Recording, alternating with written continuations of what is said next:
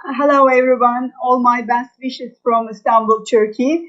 That's a pity I won't be able to come over to Sharm el Sheikh due to the health problems, and I'm hoping next year I'll be in COP28. Before going to start, I'd like to thanking to Ministry of Environment, Urbanization, and Climate Change for this opportunity that they supporting us to make this event happen. And this year, again, I'm going to talk about the sustainability with a city schedule, but I added resilience issues this year. And my presentation is going to give you a framework in a first place. And then I'm going to explain a little bit site work that we've done in Turkey with the support of a few municipalities that actually what is the municipality situation in a framework of the sustainability. I'm going to get in my first slide and hoping that everyone can see it. While we've been talking about the sustainability with the city framework, the point is that we need to explain the different management model because the reason is that, as you can see, that the various inputs in the city framework, and the cities has to manage and various things. Like one hand, they have to manage the resource efficiently. One hand, they have to deal with the transportation as well as waste management, as well as smart logistics and the green supply chain, food chain, etc. Every item in the city schedule has to be managed in a better way. So therefore, a systematic approach is essential while we've been talking about the city sustainability. What I'm trying to explain is that the managing of the city has to be defined with the different management model that therefore, and the sustainable management model is actually explaining very well indeed for the city management. As you know, that the previous century interest or attractions is not the same as in this century. And this century, we have to deal with management, waste management, as well as efficiency, as well as transportation, and many things at the same time. So therefore, we need to a measurable ability of any urban system with its inhabitants and to maintain continuity through all shocks and stresses while positively adapting, transforming towards sustainability. Before going to go to the details, perhaps a resilient city is able to prepare for recover from and adapt to shocks and stresses. Cities are increasingly confronted by shocks, including extreme natural and human-made events, which results in loss of life and injury, material, economic, and or environmental losses and impacts. These shocks can include, but are not limited to, floods and earthquakes and perhaps volcanic eruptions, as well as chemical and oil spills, power outages, financial crisis. A resilient city is also able to manage and mitigate ongoing human and natural stresses in a city related to environmental degradation, for example, poor air and water quality, and social inequalities such as poverty, dealing with housing shortages, as well as economic instability such as rapid inflation that all we are facing, or unemployment. Those negative impacts has to be managed in the city as well. A city's preparedness can be characterized by developing a detailed understanding of risk to the city, by taking action to reduce vulnerability and exposure, by enhancing the awareness and the participation of individuals, households, and business. A city resilience is able to recover from shocks and stresses in a timely and efficient manner with a focus of ensuring the continuity or rapid restoration of the city services such as electricity, water, telecommunication, and waste management, and the access to emergency services. When we talk about the resilience of the city, that we need to say that a city that understands the necessity to adapt its systems and the processes to ensure that they are robust as possible in the face of shocks and stresses, building better access, following extreme events while focusing on the goal of restoring and ensuring long-term prosperity. So the progress and the transformation towards sustainable development through maintaining and improving city services and the quality of life in the face of shocks and stresses is a core component of resilience cities. I'd like to say that today the cities are facing almost 55% of the humanity, and as you probably during the COP27, and we've been heard many times that the 70% of GHG emissions, as well as 80% of the global GDP, is coming from the cities actually. So therefore, it is estimated that almost 84% of the fastest growing cities face high vulnerability to disaster, climate risk, pulling to almost 40 trillion worth of assets and risk, and nearly 45% of the people in fragile contexts are living in the cities, and that was expected to rise to almost 50% by the 2030 and almost 60% by the year 2050, while 2030. Those figures are quite extreme. So with that entrance, I'd like to focus in that the new framework under the sustainability. In fact, that very recently, ISO International Standard Organization just launched a framework to the net zero that will help to industries as well as cities.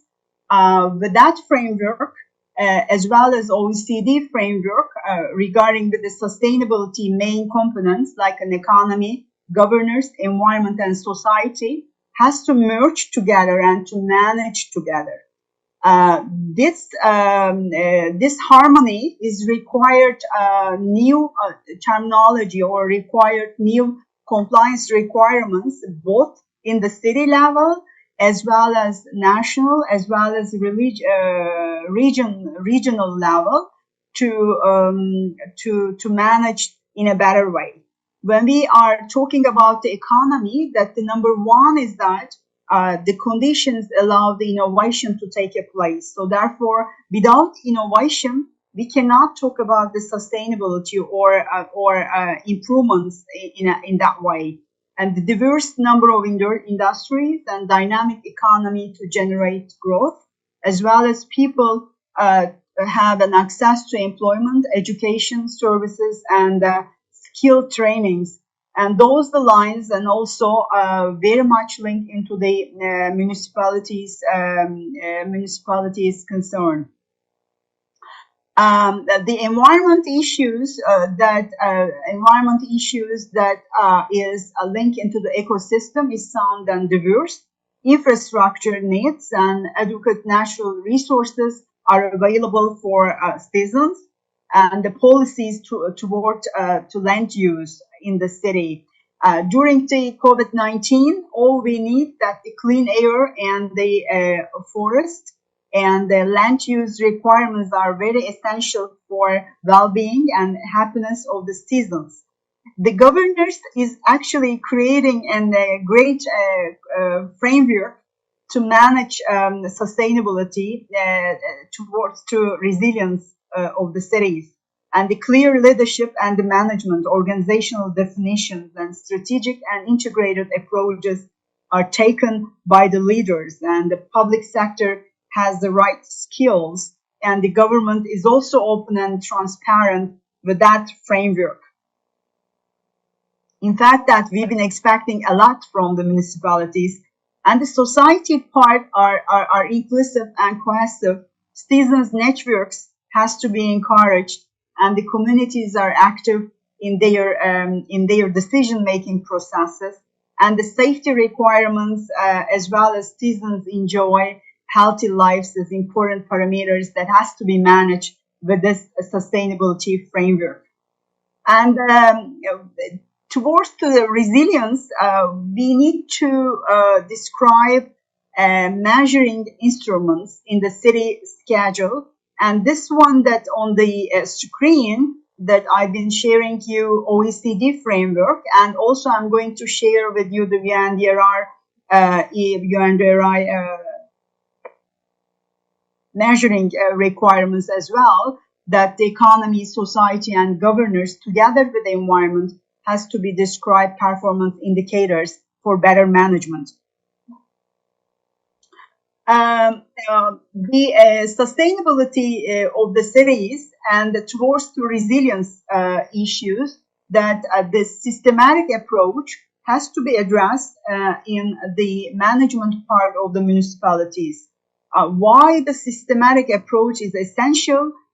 Because that approach perhaps doesn't require previous century, because all we know that the previous century's main attraction was economic development, but we understand that economic development itself doesn't work a lot, and that doesn't work anymore.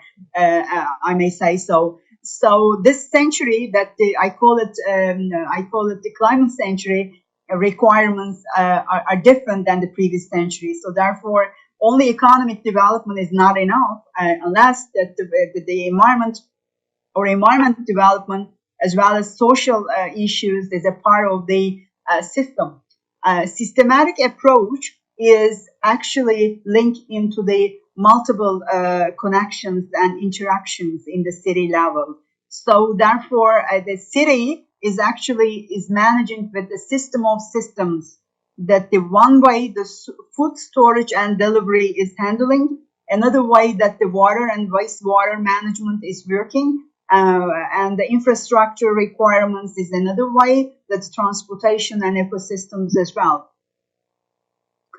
And those requirements are very much linked into the definition of the new performance indicators that adapted to the cities. The indicators also required by the resilience issues, because all we are talking about adaptation, climate change and adaptation, what we understand in this scope as well, adaptation with a one level, and the soft and hard levels of the adaptation. And from now on, perhaps adaptation doesn't enough, and we need to get into the resilience part, risk to resilience, because otherwise we cannot survive. If the system is broken, then that's very hard to continue. In that case, I'm sharing with you that a few frameworks are available at this stage for the cities. That one of them is the ISO 37120 series, that is very much explained resilience cities framework. And in this case, that the 19 themes and the 68 indicators are explained, and they're ready for the resilience of the cities. When the city is going to apply for the resilience processes, which has to do, otherwise the system is going to broken, and the economy, education and energy, including the governance, finance part, communication, water, in fact that the 48 indicators required for early adapter cities, that which is huge. And when we talk about the indicators for resilient cities, and so many indicators has to be followed up by a quite nicely explained management models. In this management model, that is the sustainability actually. So because without it, only one item in the center of the core business cannot be manageable. The city level, we have to be managing with internal and external benchmarking in the city level, because actually economy is turning through the cities. So each city has a different dynamics for attraction, Like I'm from Istanbul, Turkey, and Istanbul has so many dynamics, but Sharm el Sheikh also has a different dynamics. Like in Turkey, for example, in Ara has a great mountains like the Himalayas. At the backyard, actually, as you can see it in here, that picture is coming from Himalayas. So therefore, Bhutan is attraction center, but Ara in Turkey is also can be an attraction center. So therefore, economic development and infrastructure development, as well as strategic planning, is required outcomes of the resilience parameters that we can use it. I'd like to jump into the another slide that I get that one from IPCC recent report last year. All we are adapting our systems into the risk base, but what happened that under the pressure of the climate change, risk core issue is going to change into the human and ecological concerns. So therefore, resilience is going to be in the center of our models. So while the world is going to manage in the risk centralized models, but now we have to turn our models quite rapidly into the resilience, which is not an easy task. Turn into the models to resilience. So that at the backyard, there are so many parameters has to be described and managed accordingly. You can manage one way is easily, but when you have so many parameters, that's quite hard to manage. The sustainable cities getting to the resilience has economic vibration, human capital and innovation, mobility and connectivity, liability, and state of the cities are the dynamics of the sustainability that you're addressing for the cities. So therefore, the managing of the cities is one hand the employment and the growth trajectory, land property and housing issues, and knowledge of the economy and the quality of education things are linked into the human capital. And in order to improve or in order to get a reaction or active cities without capital and innovation or without liability, it cannot be work anymore. So in this case, how we can improve our cities, how we can get into the resilient cities, or can we ask that our cities is resilient, or how we can go to the resilience processes? Is there any explained methods, or what is the references for the resilience approaches? Very recently, for example, we have difficulties in Pakistan. I'm definitely so sorry about that. And economic and physical loss a lot. So that things are going to be happen quite often. The scientists are saying so. In my case, that in Turkey, for example, we used to have a UNDRR resilience approach, and we actually made a few implementation for our cities. Actually, that's going to represent 40% of the Turkish cities. I'm going to explain it later on. And UNDRR resilience approach is available and open for public. And this approach is providing corporate items and integrated planning and response planning. And each of them has addressing various issues. Like one is that you organize the disaster resilience. But when I said that the resilience is not only the disaster management, resilience is also integrated or required integrated planning, is required corporate governance issues as well. So identify and understand and use current and future risk scenarios is also under the city governors. Strength, financial capacity for resilience is addressing city governors. And when I come to the integrated planning and pursue resilience urban planning and design, a safeguard natural buffer, and I can say that the natural ecosystems, has to be in a place in integrated planning. Strength in institutional capacity for resilience is also a part of the integrated planning. And one more is that to understand and strengthen societal capacity for resilience. Those items in addressing integrated planning. And the last one is the response planning. And for the response planning is addressing, ensure that effective disaster management is explained and in place, just in case something happened in the city level. Expected recovery and build better conditions is also part of the response planning. And when the city is explaining or set up their plans, and in the first place, strategic action plan has to be addressed accordingly. I work for the UNDRR resilience scorecard processes in Turkey, and it's a quite nice framework and easy to implement. And the resilience process for it can be used for the resilience processes in the cities. And UNDRR approach is available. It's an easy scorecard implementation. And you may be asked, can I do it without that? But it's hard.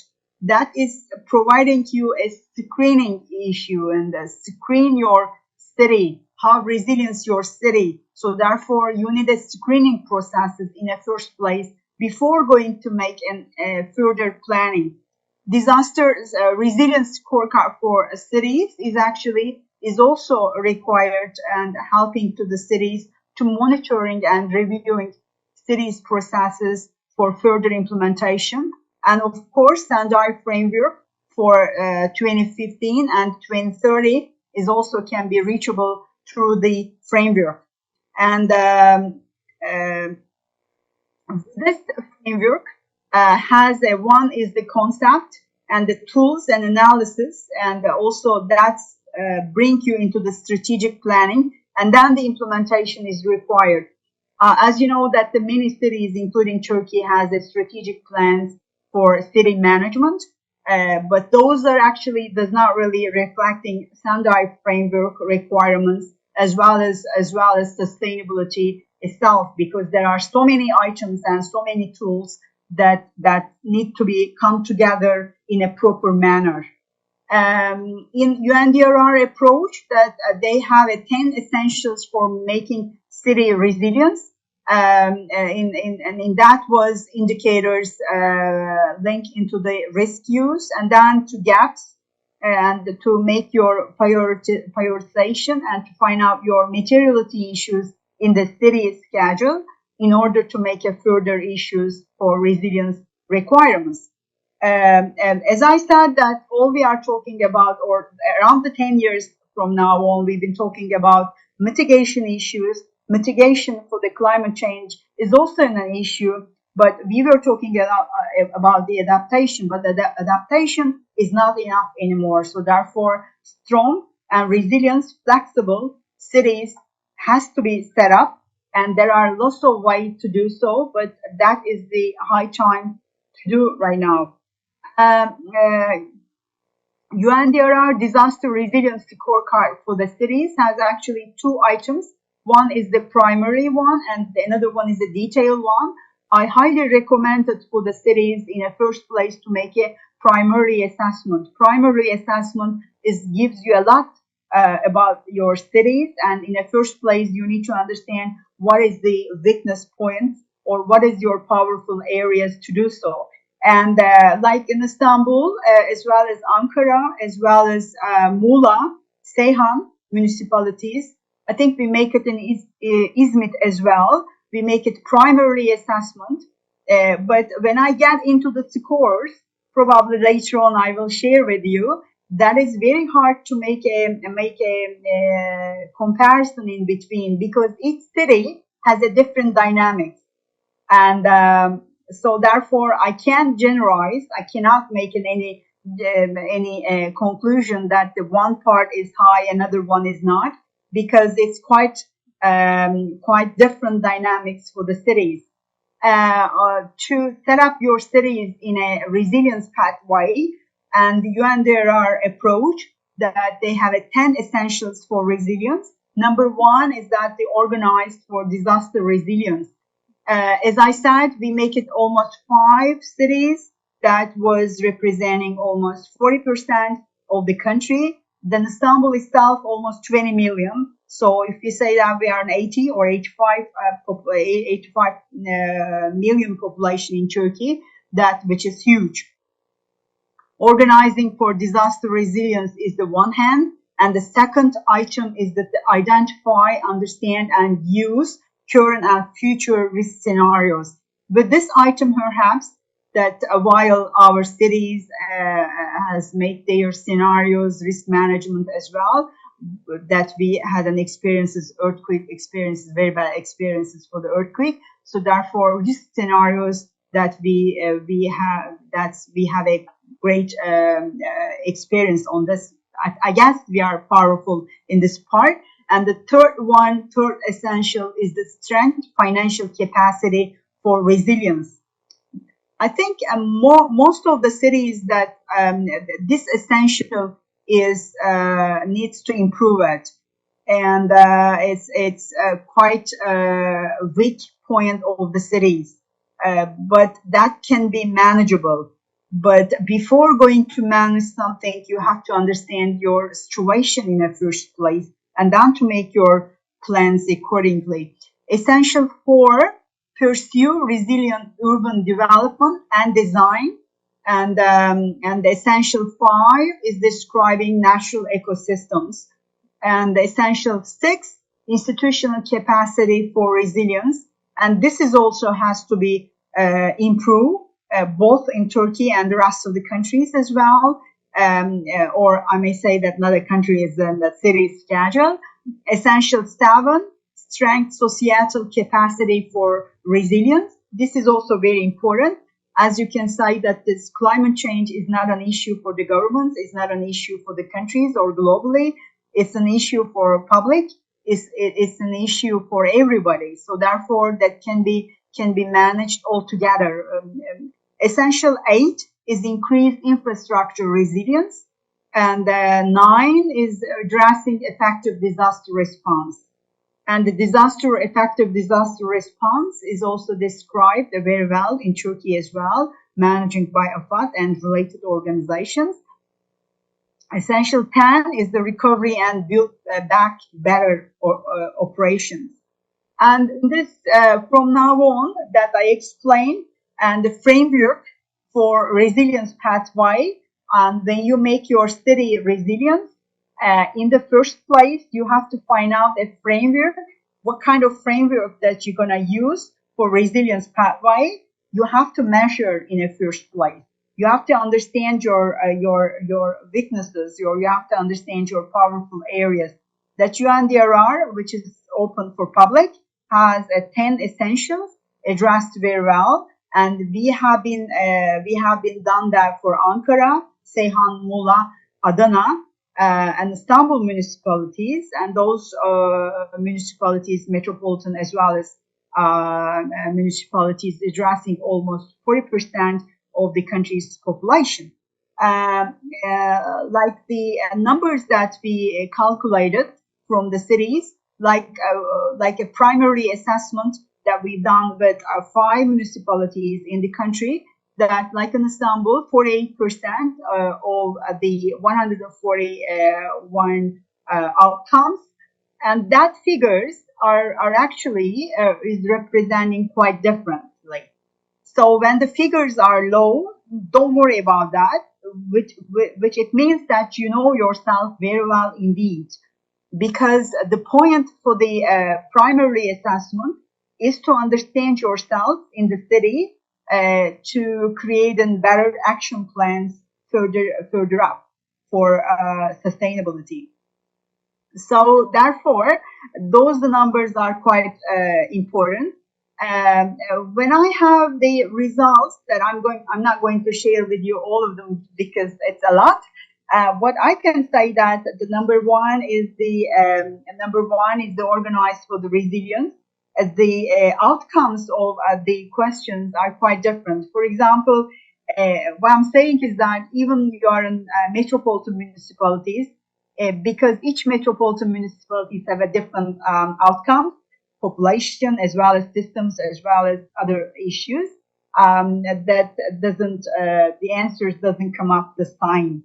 So that the organized for resilience is addressing that does the city master plan adopt the Sendai framework, and most of the countries master plans does not really addressing Sendai framework that we have almost 10 years from now on, and so therefore numbers are quite low. And the second one, that's our powerful area, identifying, understanding, use of future risk scenarios or present risk scenarios that addressing very well, or I may say that it's addressing properly in Turkey, for example. And the strength capacity for resilience is also an issue that we have to move on this, like many cities as well, not in Turkey, because resilience parameters and the funds for the resilience has to be addressed and creating action plans. And pursue resilience urban development is also quite low, depending on the city's size and the population, as well as location is important parameter. And increasing infrastructure for resilience is also very important, because all we know that the stress of the climate change is or has a different dynamics. So as a conclusion, I may say that the outcomes of the cities, even in the same country, are not the same. Each city has a different dynamics, but when you make your city resilient, you have to get a proper framework in a first place, and then to put your figures and to find out which areas that you have to move on from now on. And but one thing that I need to say that the present management models actually does not really address management wise in the 21st dynamics. Again, the previous century's models based on the economic development, but this century worries are not an economic development. So therefore, with the four items, governance, environment, society, and governance issues, has to manage in a different way of the management. I do have a few recommendations that I'm going to share with you. Number one, resilient city approach under the sustainability is long way to go. It's not an easy way to go, but we don't have time actually. The action is required right away. And because there is no time for adaptation anymore. If it's 10 years ago, that's okay. But right now, no time for the adaptation. Number two is that the resilience is a topic, not for the tomorrow, is a topic for today. And the number three, there's a great interest for resilience for the cities in Turkey, for example, and many other European cities, as well as Pacific cities that I know. And the cities' approaches are very welcome to improve systematic basis. Number four, based in the Turkey's carbon neutrality, that pathway to the 2050, both climate adaptation and vulnerability analysis, as well as the resilience pathways improvements, will be the country's agenda. What it means that each city has a resilience pathways or resilience action plans has to be in our hand for better survival or better processes in the following years. Number five, it is difficult to make in general statements because, as I said, that each city has a different dynamics. So don't worry if your figures, if your numbers are low, don't worry about that, which is very good. And resilience is a strong compared to the cities. Number six, I do highly recommend it for the cities to create and make a resilience scorecards implementation before to start any work for the sustainability framework. Those are my recommendations. Again, I'd like to thank you to Ministry of Environment, Urbanization and Climate Change And I'd like to thank you to the Egypt for wonderful hospitality and good success, and have a nice evening. All my best from Istanbul. See you next year in COP28. Thank you so much.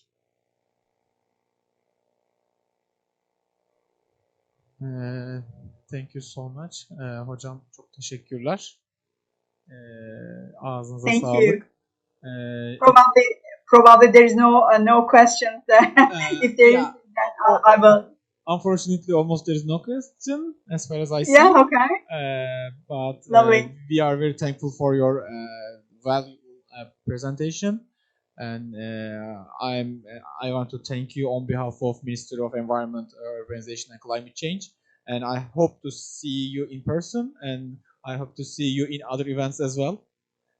Thank you so much. My appreciations again. I'd like to thank you and sending my warm wishes, both of you, and you have a great efforts in there. All my best wishes, and thank you again, Ministry of Environment, Urbanization and Climate Change of Turkey, and good success in the conference. Thank you. Bye bye. Good evening.